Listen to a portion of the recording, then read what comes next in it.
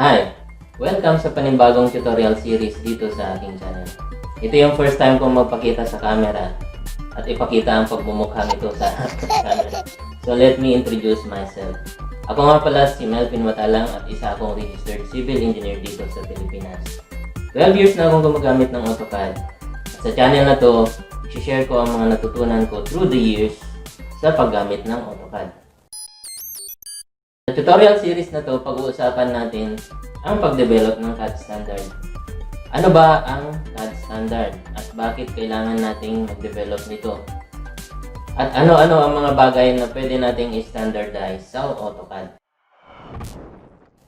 Kung first time mo padaan dito sa channel ko, pakihit naman yung subscribe button at pakipindot mo na rin yung notification bell para maging updated ka sa mga future videos ko.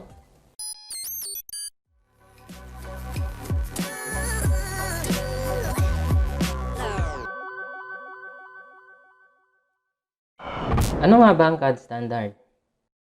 Ayon sa Wikipedia, CAD standards are a set of guidelines for the way computer-aided drafting, computer-aided design and drawing should appear to improve productivity and interchange of CAD documents between different offices and CAD programs, especially in architecture and engineering. Ito naman ang simple kong definition. It is a set of guidelines in order for the drafting workflow to be consistent, efficient, and to be able to create a presentable sets of technical drawings. Bakit naman importante na mag-develop tayo ng CAD standard? Sinimplify ko lang ito sa dalawang rason. Una, ang consistency, at pangalawa, efficiency. Bilang isang design professional, whether kung ikaw ay architect or engineer, pare-pareho tayong gumagawa at nagpe-present ng technical drawing sa ating client. Mahalaga na ang mga drawings natin ay presentable at readable. Dapat consistent ang mga text, dimensions, line weights, title blocks, and etc. For example, gagawa tayo ng complete set of design drawings or construction drawings para sa isang project. Typically, it consists of architectural, civil, structural, MEPF, and in special cases, electronics drawings. Unless nagtatrabaho ka sa isang malaking design and consulting firm na meron ng established na CAD standards, hindi mo na to alalahanin. Ang gagawin mo na lang ay sumunod sa kanilang standard. At kadalasan sa mga malalaking company, meron silang sariling drafting department. Usually, sketches lang at saka mga clear instructions sa mga draftsman ang kailangan para makapag-produce ng construction drawings. Pero para sa mga small firms at sa mga freelancers, kadalasan walang established na CAD standard. So, every time nagagawa sila ng drawing, start sila from scratch or ginagamit nila ang default templates ng AutoCAD. So, ang common workflow ay si architect ang gagawa ng architectural drawings, si civil engineer or structural engineer naman ang gagawa ng civil structural drawings. Si electrical engineer naman ang gagawa ng electrical drawings and so on. Isipin mo kapag wala silang sinusundan na CAD standard or guidelines, let's say, kanya-kanya sila ng style sa paggawa ng drawings, ang outcome nito ay parang ganito. Para maiwasan ito, dapat magkaroon tayo ng guidelines or CAD standard or ang tawag ko dito ay drafting style or drafting identity. Ang point ko is dapat consistent ang drawing output natin. Kahit iba't ibang tao ang gumawa nito, kapag pinagsama-sama sa whole set, dapat magmukhang iisang tao lang ang gumawa. Kagaya nito.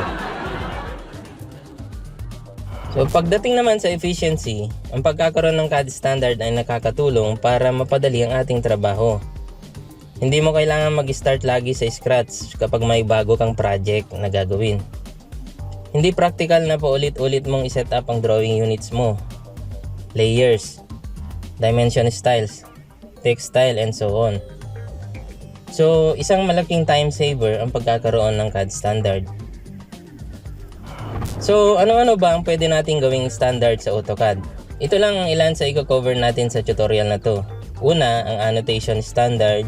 Pangalawa, layering standard. At pangatlo, lot standard.